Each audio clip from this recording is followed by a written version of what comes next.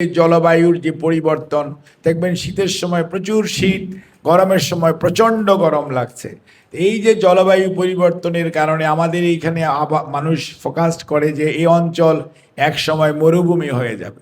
সেই জন্য যেটা থেকে রক্ষা করতে হলে গ্রাউন্ড ওয়াটার ইউজ কমাতে হবে এবং সারফেস ওয়াটার ইউজ বাড়াতে হলে কি করতে হবে, খালগুলো পুনর্খনন করে পানি ধারণ ক্ষমতা বাড়াতে হবে। বর্ষার সময় যাতে পানি এখানে আপনার উপচে পড়ে বন্যা না হয়, শীতের সময় যাতে শুকনার সময় সেখানে পানি সংরক্ষণ করা যায় এবং সেই পানি সেচে ব্যবহার করা যায়। যাই হোক, আমি আর বেশি কথা বাড়াচ্ছি না।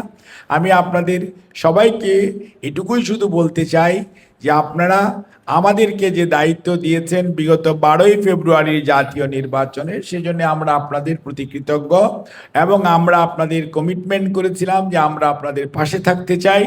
আপনারা সুযোগ দিয়েছেন, বর্তমান সরকার জনাব তারেক রহমানের নেতৃত্বে আপনাদের পাশে থেকে আপনাদের ভাগ্য উন্নয়নের জন্য, দেশের মানুষের জন্য কাজ করতে চায়।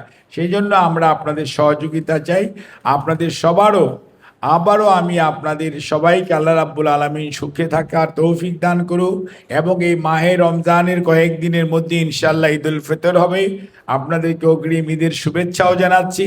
আর আজকে যে প্রতিবন্ধী এবং যে সমস্ত ভাইয়েরা অনুদান পাবেন তাদেরকে আমি বলবো যে এটি শুধুমাত্র সরকারের পক্ষ থেকে ছোট্ট একটু প্রচেষ্টা, এতে আপনাদের মন খারাপ করার কোনো কারণ নেই। ইনশাল্লাহ ভবিষ্যতে আমরা আরও বড় আকারে আপনাদের পাশে থাকার চেষ্টা করব।